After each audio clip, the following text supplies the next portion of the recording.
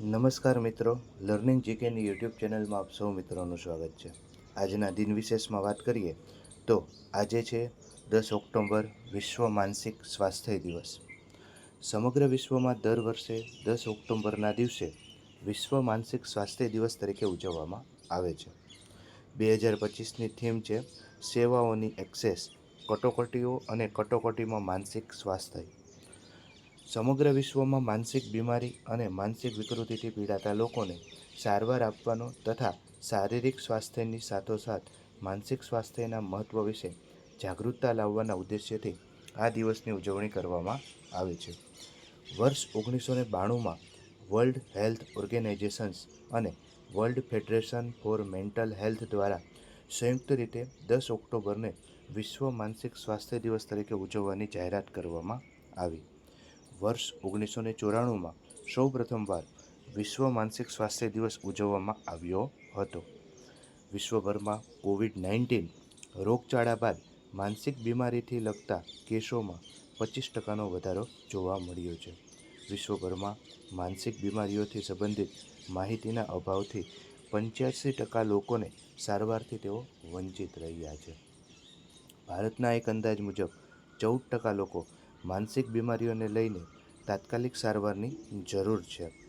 માનસિક સ્વાસ્થ્ય જાળવવા માટે તણાવમુક્ત જીવનશૈલી અપનાવવી જોઈએ, પર્યાપ્ત ઊંઘ લેવી જોઈએ, મનોરંજનને સ્થાન આપવું જોઈએ, એકલતા ટાળવી જોઈએ, સામાજિક સંપર્કો વધારવા જોઈએ, જીવનનો ધ્યેય વાસ્તવિક હોય તેવું રાખવું જોઈએ, સામેની વ્યક્તિના દૃષ્ટિકોણને સમજવાની કોશિશ કરવી જોઈએ અને મનને કોઈની રચનાત્મક પ્રવૃત્તિની અંદર કોઈને કોઈ રચનાત્મક પ્રવૃત્તિમાં મનને પોરવવું જોઈએ અથવા તો વાળી દેવું જોઈએ.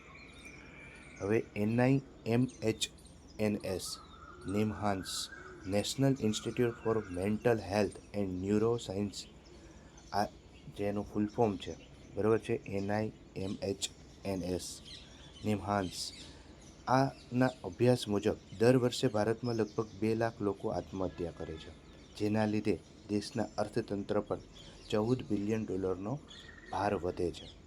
સમગ્ર દક્ષિણ ગુજરાતમાં સૌ પ્રથમ નવસારીના મારોલીમાં કસ્તુરબા સેવાશ્રમ નામની સૌ પ્રથમ મેન્ટલ હોસ્પિટલ શરૂ કરવામાં આવી હતી, જેમાં મહાત્મા ગાંધીજી અને સરદાર પટેલનો ફાળો મુખ્ય હતો.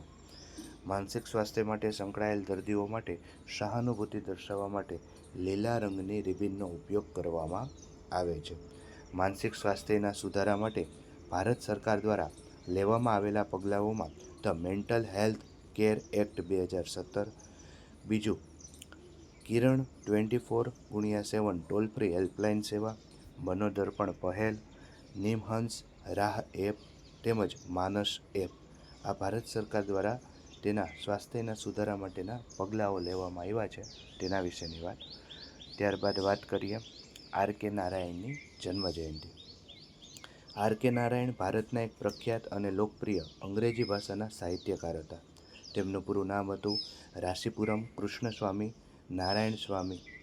તેમનો જન્મ 10 ઓક્ટોબર 1906ના રોજ મદ્રાસ એટલે કે ચેન્નઈ, તમિલનાડુ ખાતે થયો હતો. તેમના પિતા શાળાના હેડમાસ્ટર હતા અને તેમનું મોટું બાળપણ દાદી સાથે વીત્યું હતું. R.K. નારાયણે MA સુધી ભણતર કર્યું અને પછી શિક્ષક બનવા માંગતા હતા, પણ નોકરી ન મળી. પછી તેમણે લેખન શરૂ કર્યું.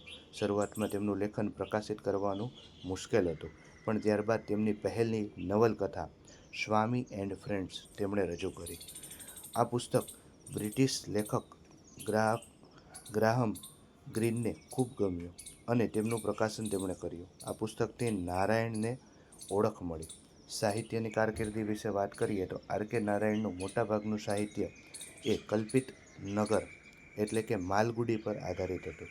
માલગુડી એક સાદું દક્ષિણ ભારતીય નગર છે, જેમાં સામાન્ય લોકો અને તેમના દુઃખ અને સુખ, આનંદ અને દુઃખ અને જીવનની સાચી ઝલક જોવા મળે છે. નારાયણના પાત્રો સામાન્ય જીવનથી ભરપૂર હોય છે. વિદ્યાર્થી, શિક્ષક, નોકરશાહ અને સાધુ વગેરે તેમના પાત્રો છે.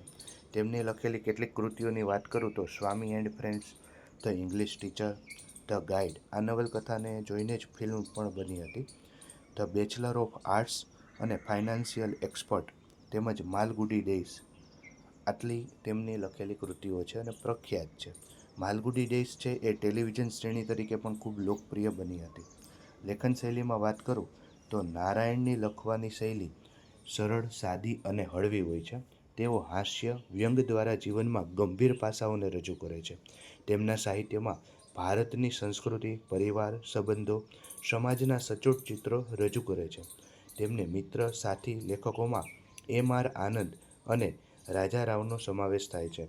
નારાયણની ત્રિમુખ્ય ત્રિરૂપ સાહિત્યકારોની યાદીમાં ગણના થાય છે. એમ.આર. આનંદ, રાજા રાવ અને આર.કે. નારાયણ. તેમને મળેલા પુરસ્કારની વાત કરું તો નારાયણને તેમના સાહિત્ય માટે અનેક માન સન્માન મળ્યા છે. પદ્મભૂષણ, પદ્મવિભૂષણ, એસી બેન્સન મેડલ તેમજ તેમની નવલકથા ધ ગાઈડ માટે તેમને સાહિત્ય અકાદમી પુરસ્કાર પણ મળ્યો છે. તેમનું અવસાન આર.કે. નારાયણનું અવસાન 13 મે 2001ના રોજ 94 વર્ષની ઉંમરે થયું હતું. અસ્તુ. જય હિન્દ, જય ભારત.